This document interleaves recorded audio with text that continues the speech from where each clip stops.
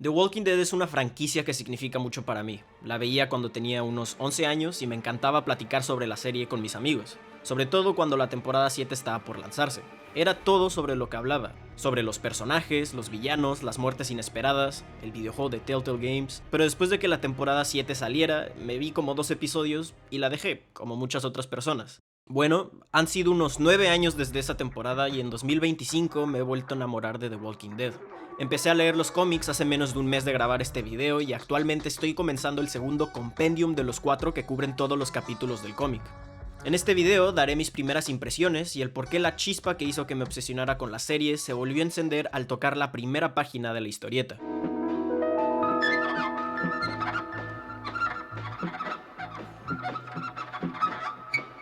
Lo primero que noté es que el formato cómic y el formato serie, si bien siguen la misma fórmula y estructura narrativa, ambos toman caminos distintos para llegar a estos eventos importantes que tanto nos marcan. La serie sostiene un tono realista gracias a que es un live action, y el cómic se siente mucho más caricaturesco y exagerado, ¿quién lo diría? Por igual, la historieta cuenta con escenas que en la serie no sucedieron, debido a la naturaleza extrema del contenido.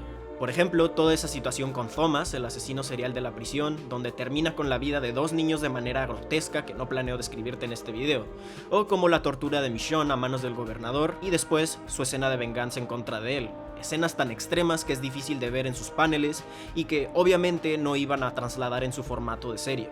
Y es que el cómic sí tiene un tono más extremo, pero de eso ya hablaré en otra sección. Con esas distinciones aclaradas, ahora sí quiero hablar de los personajes.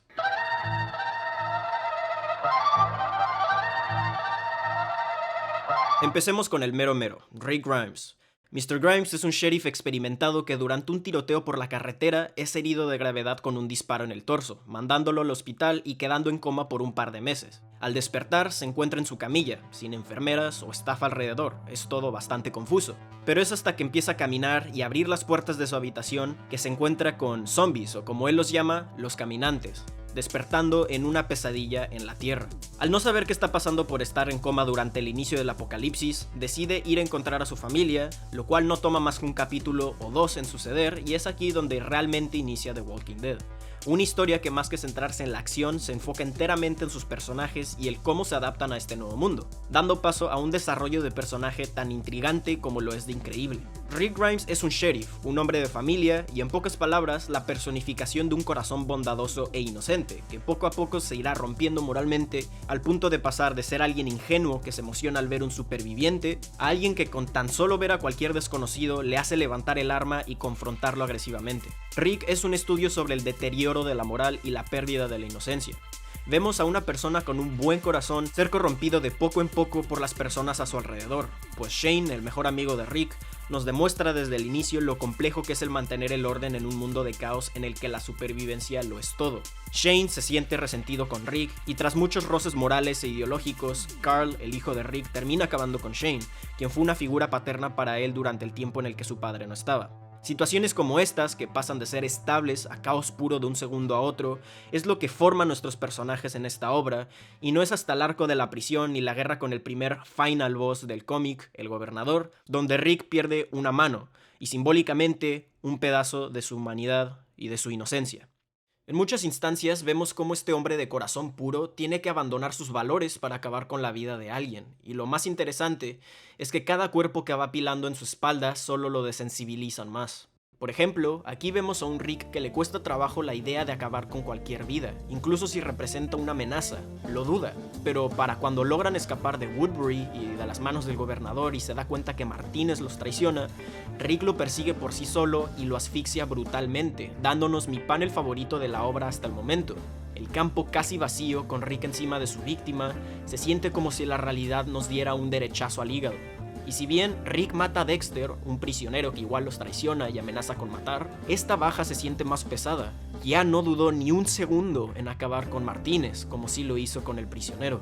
Igualmente, cuando conoce a Abraham después del arco de la prisión, Rick ya no la piensa 2 veces, y si tiene que apuntarte con su pistola en la cabeza y amenazarte de muerte, lo hace con una expresión fría en su rostro. En este arco nos logramos encariñar y también odiar a casi todo el cast de personajes, mis favoritos siendo Andrea, Dale, Tyrese, Herschel y su familia, Glenn, Lori e incluso el preso que parece Santa Claus. Todos los personajes traen algo a la mesa, momentos divertidos, enojo, tragedia, conflicto moral y muchos etcéteras más. También la forma de ser de cada personaje se siente orgánica y es creíble. Por ejemplo, Glenn es un joven de unos veintitantos años, al igual que Maggie, y tras enamorarse no hace nada más que escabullirse para ver dónde van a cochar. Siguiendo mi primer punto, el suicidio es un tema recurrente en la obra, y con mucha razón. Es un mundo de pesadilla en el que cada muerte que sucede enfrente de sus ojos más se desensibiliza. Pero al igual que existe este sentimiento negativo en los supervivientes, hay otros que sostienen la idea de un futuro mejor. No tengo mucho más que decir de los personajes por el momento, ya que no he visto todo su desempeño en la obra, así que me lo reservo para la segunda parte que haga sobre The Walking Dead. Pero del que sí tengo muchas cosas que decir es sobre el gobernador, el primer punto de inflexión de la obra.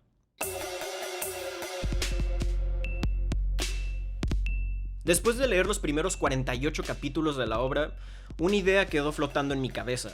Yo he estado viviendo en los Estados Unidos por los últimos 5 años y he visto con mis propios ojos la división social y lo frío que es la gente. Es una cuestión cultural que va en contra de mi cultura, la mexicana, y me sorprende lo poco que las personas interactúan entre ellas. No es algo a lo que yo esté acostumbrado. Por ponerte un ejemplo, hay veces donde le dices los buenos días a alguien y la mitad de las veces te van a ignorar sin mirarte a los ojos, con mucha incomodidad detrás. Simplemente lo puedes ver y lo puedes sentir.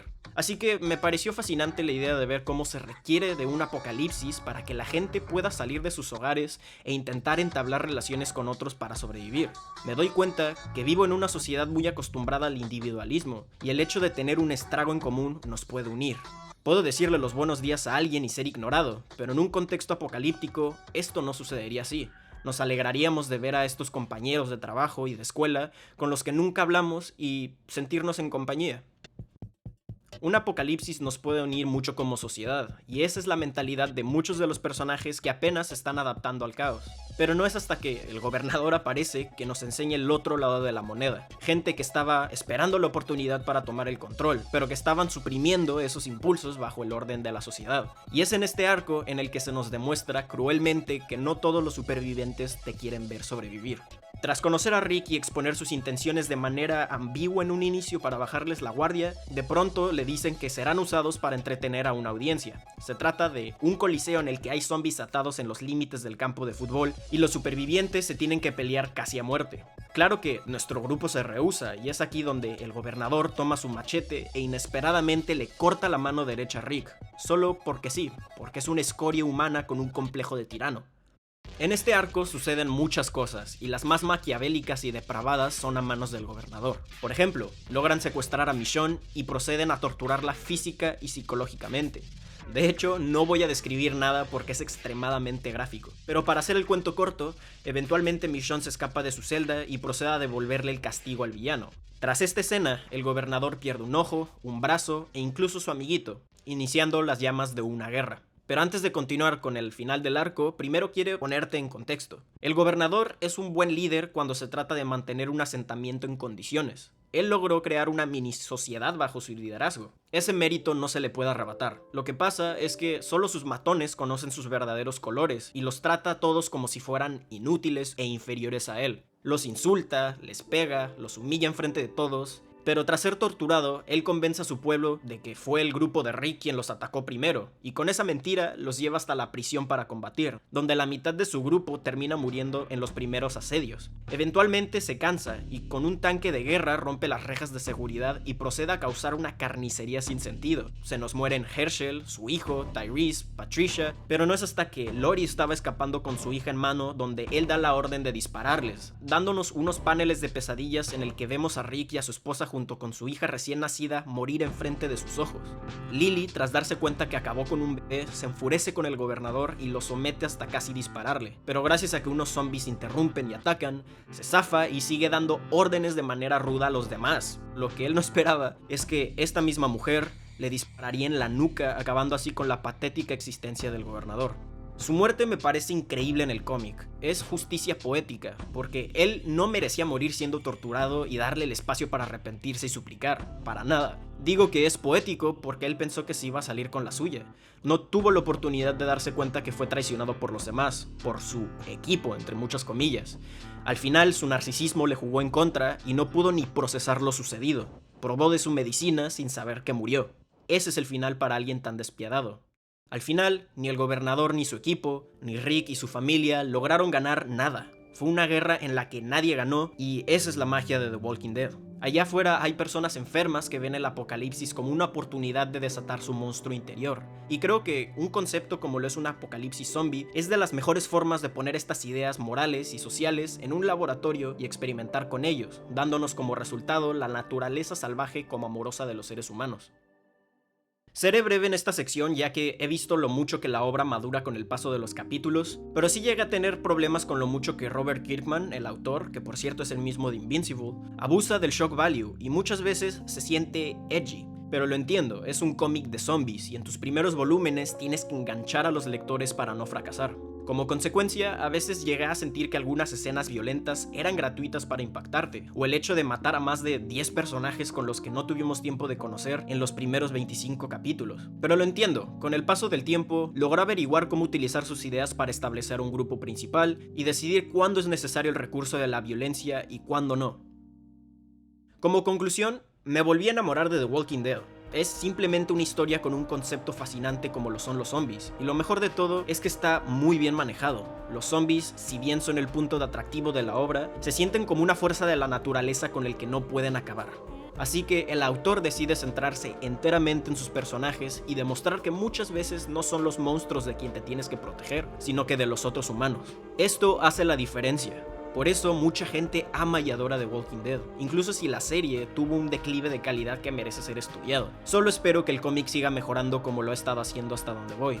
Nuevamente, creo que puedo decir que me he vuelto a enamorar de The Walking Dead. Si el video te gustó, dale like y comenta qué te parece esta obra tan especial. Te invito a pasar por el canal y ver mi contenido, y si te gusta lo que ves, eres más que bienvenido y bienvenida a suscribirte. Pero sin mucho más que decir, debemos proteger a Rick Grimes a toda costa. Qué buen personaje, me encanta. Nos vemos en la segunda parte de este video y te deseo una buena vida.